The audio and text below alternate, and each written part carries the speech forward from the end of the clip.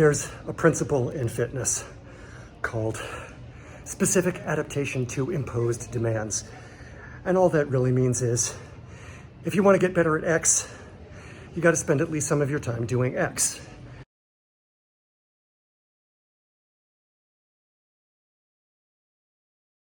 It's not to say you can't do X prime, X sub 1, or Y that's similar to X, but sooner or later you got to do some X.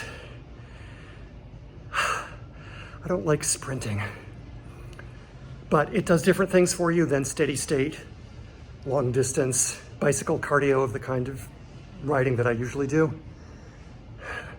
Boosts your VO2 max. Mine is fine, but there's no reason it can't get better, and VO2 max is correlated with better health outcomes in age. I'm 60. I'm thinking about my age, so I just did wind sprints on a fucking bike.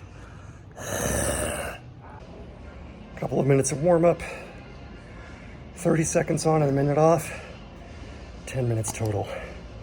And I need more of this. And the whole time I was saying, I hate this. And then I was saying, don't frame it as torture. Frame it as something you get to do. And I didn't totally convince myself, but I'm working on it.